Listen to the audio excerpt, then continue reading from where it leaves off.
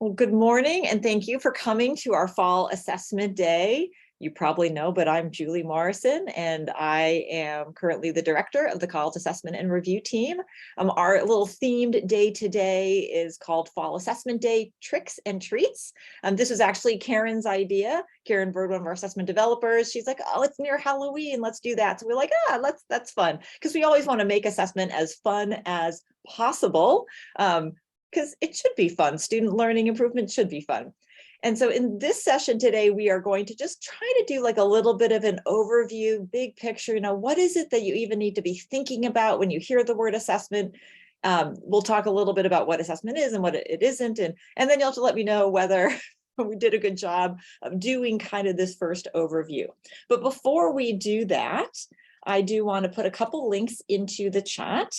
So our official Gaucho assessment day page is linked here. You'll want to go there to check out the rest of the schedule, but also to get to the participation forum, although I will put it into the chat as well. I'll put it in now and I'll put it in at the end of our session today, because we are asking everybody to just participate for 30 minutes in the day and then just let us know about your experience. If you want to do more than 30 minutes, great. But 30 minutes is all we're really asking. So please just make sure, if you can, it's really helpful for us if you go in and fill out that form later today. It's nice and easy. And if you want a certificate, you even get a certificate emailed to you to document your participation. You are welcome to throw questions into the chat. As I'm going, I'm happy to pause. And then we will, hopefully have some time at the very end for a little bit of Q&A, and then we'll go from there. So again, thank you all for joining, and let's jump right in.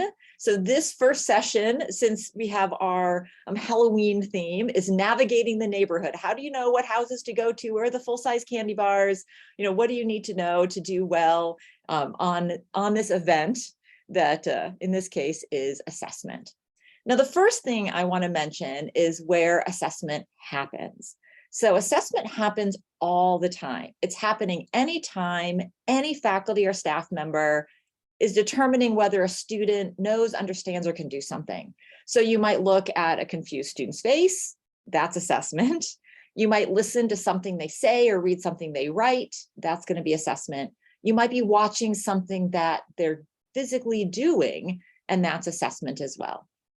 So if you have any interesting ideas of where you have seen assessment recently, or you've done assessment recently, throw that in there. We will talk about the difference between what you might report on, but this is what assessment is. Assessment is simply thinking, what do I need students to know? And can I tell that they know or can do it? So that's the very big thing. Now, the next piece I want to move to is, it's the college assessment and review team, and we get our assessing gear and all of that. But when I use the word assessment, I actually want you to be thinking a little bit differently. So when I say assessment, if you can sort of translate that in your head as student learning improvement. And I think that is a way to help orient ourselves a little bit more to this conversation. So, because we'll talk in a little bit that assessment is used in lots of different ways, but I'm specifically interested in how do we improve student learning? And when we do assessment, we can actually do it in sort of one of two ways. We can try to confirm student learning. We can just be checking, yes, they know. We do that all the time. You might ask a question in class. You're like, okay, they got this, I can move on. So there's a lot of confirmation in assessment. And then the bigger and maybe harder and more interesting work is that improvement work. So, all right, what do I do when they don't know? And we can do this in small ways. They look confused, you re-explain, or we can do this in really big ways, in more systematic ways. And that's some of our larger assessment projects. But yeah, mostly I want you to think, when I say assessment, you think student learning improvement. And I know that we have faculty in this call. I know we have staff in this call. It doesn't matter how you're interacting with the student. It could be in a conversation. It could be in a workshop. It could be in a classroom. You're evaluating that learning all the time. And you should also obviously be thinking about what is it you want them to know. Okay, so that's the very beginning. Now, this information I stole from National Louis University, my good friend Joe Levy, and I really liked it. And I thought this is, again, some good grounding for us. Assessment should be these 5 things. It should be meaningful, impactful, manageable, informative, and robust. I know we're in an environment right now, even pre-COVID, during COVID, where things seem big and heavy, and we want this work to fit into your daily life really easily.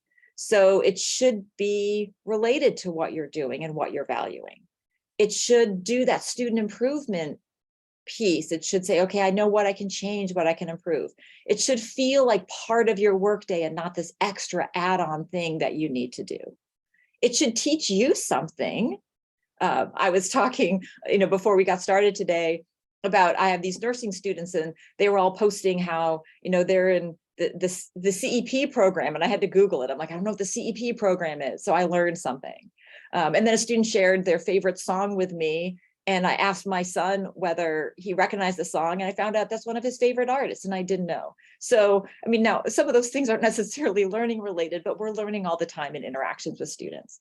And then we're like, but another student said to me, oh, are there guided notes for this class?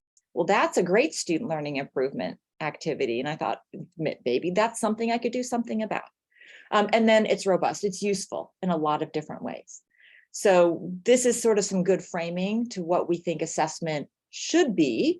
And if you ever feel like assessment is not this, let me know, let the CART team know, and we will work to try to make sure it follows these guidelines. The next thing that we stole, also from National Louis University, although I tweaked it a little bit, is this slide. And what it does is it says, what are the benefits to assessment? Well, assessment benefits everybody. So let's start with the students. When we communicate what it is we want them to know, they know the expectations, they know what they need to meet. It is sort of a promise that gives like what the standards, the core competencies we are, that we're going to be delivering. It helps them engage in their own learning. They can see rubrics, or they know the outcomes, they can frame it. So assessment, having an assessment mindset and a student learning improvement mindset benefits students. It also benefits faculty and staff because it helps us determine what we need to do differently, like where are things not working that we need to change, or where are things working that we can use that in other places to do things really effectively. It allows us to have lots of good conversations across different areas, maybe within departments, across departments. If you go to CTLE events, or maybe you're talking within, student affairs groups, thinking about how things are working, those can be really great conversations. I met yesterday with George Gregg for 40X and Alexander Patrick for DEI, and we had a fantastic conversation about how 40X and strategic planning and assessment can all work together. It also, for faculty and staff, provides evidence to justify, maintain, or improve resources, which is always a good thing. And it provides us evidence that student learning is occurring, because we are trying to fulfill the commitment to our students, and provides data that can inform our decisions. From the college perspective, it allows us to kind of connect our teaching in and out of the classroom to sort of student learning. It looks at overall educational effectiveness. It helps us think about how we might be transferring or helping students get out into their jobs. We can look at things like persistence and graduation and job placement as indicators of success. And we know that's obviously something that's really on our minds. And then it can enhance our reputation, which is always a good thing. I love when I see GCC in the news for various things.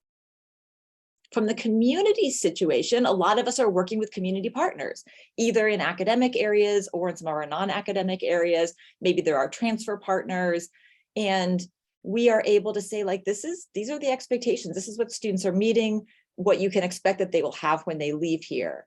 It shows evidence of student learning. We try to be really transparent in our outcomes, and we're just really trying to help put students out into the community as informed professional citizens. And then this one was not in National Louis, but I put it in.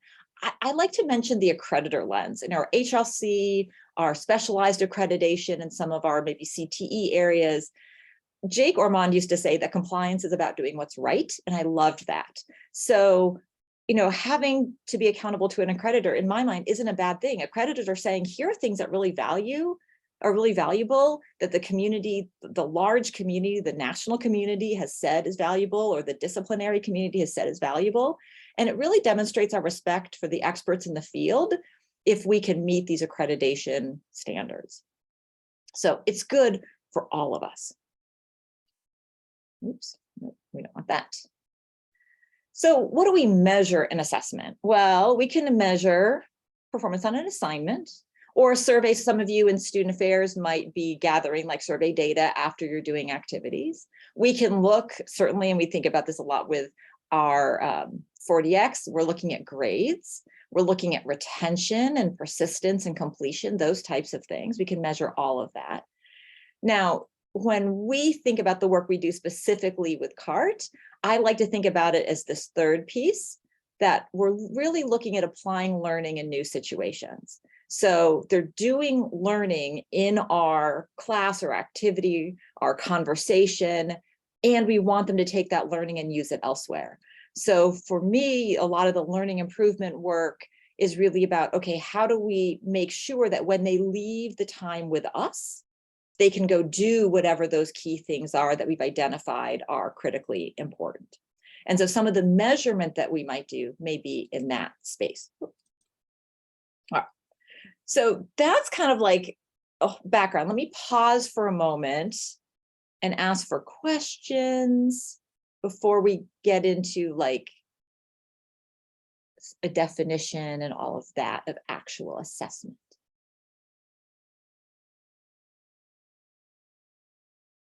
Did anyone assess any learning today yet? Either formally in a class, you talked to a student, or did you assess learning yesterday? Probably everybody assessed learning yesterday. I was gonna say it's too early today. Too early. Only 9 o'clock, right? Unless you were responding. Yeah, too early today. Oh, graded papers. Yep, that's an assessment of learning. Absolutely. And you might be thinking, all right, hopefully, where did it go well? Why were my instructions good? Maybe what do I need to clarify? Conferences. Yep. I'm thinking about Ariel and all of those events that you send out about, like Money Matters and all of that. Like, if we're talking about applying learning to new situations, what's more important than knowing how to handle your financial situation?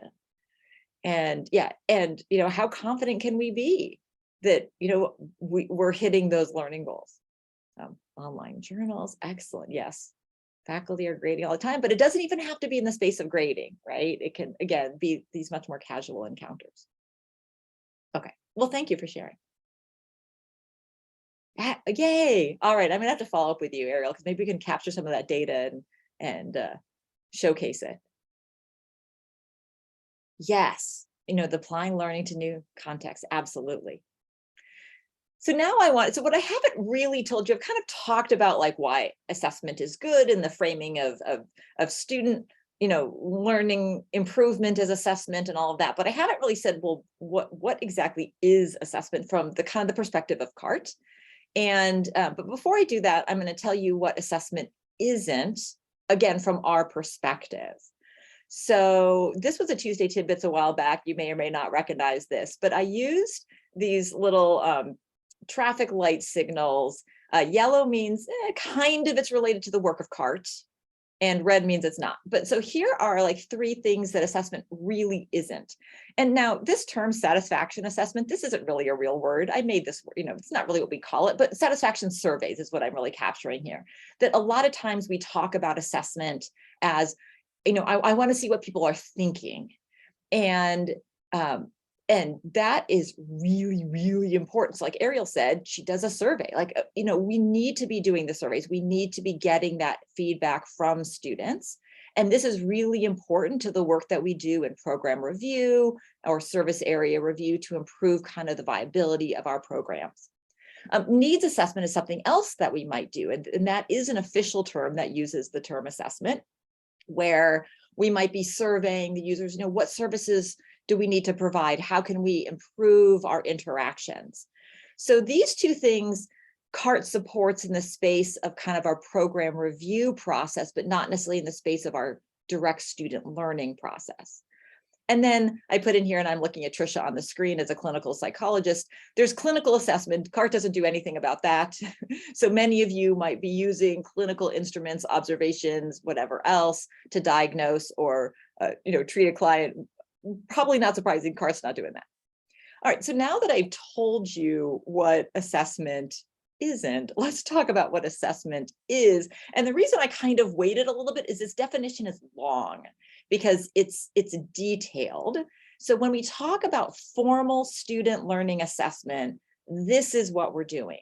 We want to define the student learning outcomes. What is it we want students to learn as a result of the interaction, the activity, the course, the program, the institutional experience, whatever it is? What are those outcomes? We then have to select or design the activities that we know will teach those outcomes and give the students that information.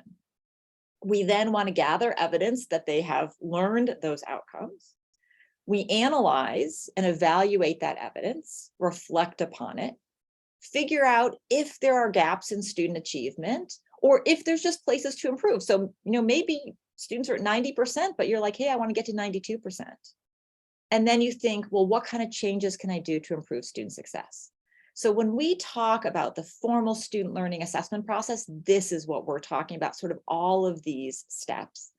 And that's why we have people like Karen Bird and Roxanne, Alexander Arntzen, our assessment developers, who would help you through all of these steps if you're ready to do some of these projects. And some of you may have this work already. Sometimes it's just a matter of like pulling it together and saying, okay, how can I capture this and showcase it? Because we do an incredible work here at GCC.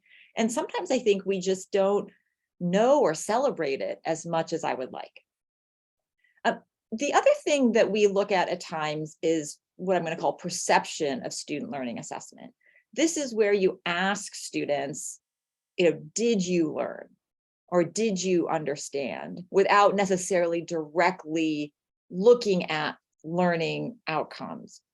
And this can be valuable, but who wants to throw out into the chat or even speak it why we want to be a little bit more hesitant about perception of student learning, asking students if they learned?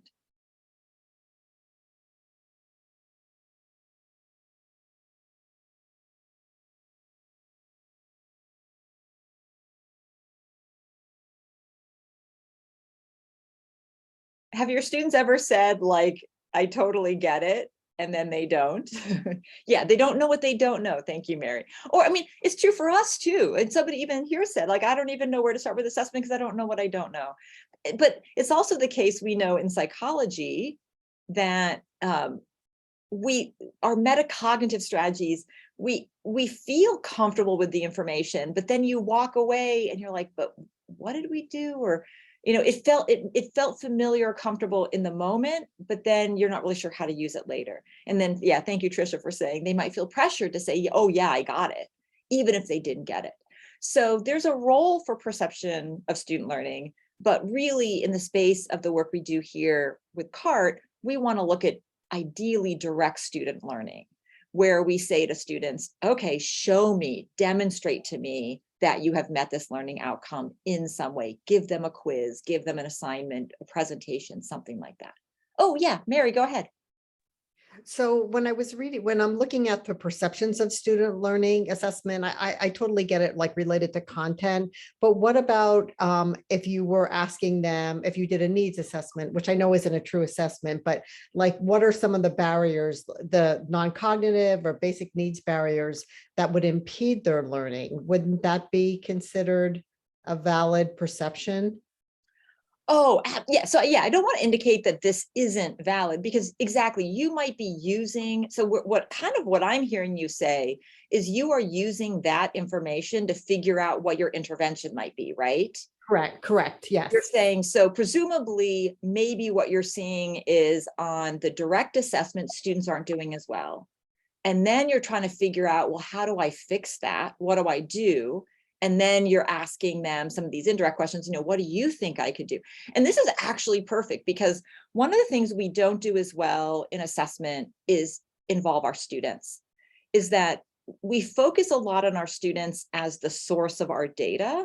We don't as much focus on our students as partners in this process, asking them, to help guide us in our improvements or in identifying where the challenges are or how to improve them. So doing things like that in order to improve student learning are wonderful and perfect. So that was a great question. Thank you very much. Right, yes, and then yes, and sometimes we overestimate and sometimes we underestimate what we can do, right? It's so true. All right, so I didn't want to overwhelm anybody with too much. And so we're kind of getting to the end of this session. But if you're like, okay, I think maybe I could do this, or I have a little bit of a better sense that, like, I know I'm assessing students all the time, but maybe I want to identify one particular critical feature and do something a little bit more directly, or I want to maybe make sure I'm doing some student learning improvement and not just collecting data. So you might be like, well, what do I do? How do I do this? Well, the first thing I will share is that there's lots and lots of resources. This was some of the team when HLC came last year who went to an assessment session. So we have, members of our CART team, we have our assessment developers I've mentioned already, we have department assessment coordinators. We actually have some folks in student affairs like Sakani Greenwell and Christine Neal have been helping us in student affairs, and we're always recruiting more people from student affairs. And I've been in conversation with Demita about how do we, maybe fit some of this work in, and there's a session later today, specifically kind of for student affairs, thinking about some of these things. But the last thing I'm going to sort of leave you with here is that the way that we kind of, you might have looked at this slide and said, okay, that's a lot of stuff. Like, how do I do all of those things? We kind of simplify it into what we call the Plan, Do, Study, Act model, which is used in a lot of different places for continuous improvement. And the idea is that there's sort of like 4 steps you go through. In the plan step, you say, okay, what is it that I want them to learn? And you focus on one thing, because we want them to learn hundreds of things, but we can't, we just focus on one key thing at a time in the space of doing a project like this. And we, so we select our outcome, we design our assessment. If you don't know how to write an outcome, come at 10 for Megan Kennedy. In the do step, we assess the learning. We teach them the information and we see how well they did. In the study phase, we analyze the data and we think about, and this is where, Mary, what you were talking about, we think about, well, what is it we need to do to make this improvement? And that's a great place to be asking students, what worked, what didn't work? How could I have made this better? What were the barriers? How can I eliminate those barriers? And then in the act phase, we implement that intervention and we look to see if learning improves. And so it's pretty nice, little straightforward. And then throughout this process, we're hopefully reflecting at all stages and then sharing with one another about what we're doing. And so if you do want to do a project, we can help you kind of go through all of these 4 steps. We have templates and documents, whether you're faculty or staff, to help kind of do this if you want to capture some of this data, because it is a great way to just showcase the work that's kind of going on and to use it to improve on what we're doing with students. So the very last thing I'll do, since we are at 9:25, but there will be a few minutes for questions if you want to stay, is I like to think about assessment as a commitment. So every time that we say we want students to learn something, we're making a commitment to them about what it is they're going to get out of our class, our activity, our event, their time at GCC. And assessment is simply allowing us to confirm that we're fulfilling that commitment. And then, of course, I talked about learning improvement. If we're not confirming it, or if the confirmation isn't where we want, then we seek to improve it. So hopefully this was a nice little overview of how we think about assessment and how we can use it. Any questions I can answer now?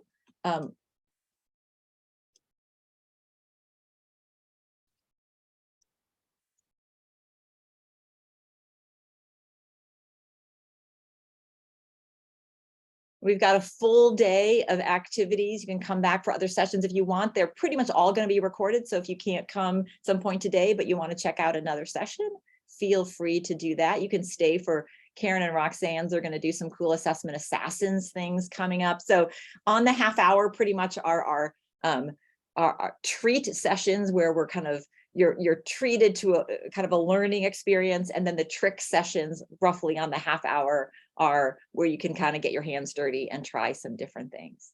But yes, thank you all for coming. If you didn't have a chance to put something in the chat so I know that you were here, like a little participant list, that would be great. But yes, please also fill out by the end of the day your participation form. And thank you for coming.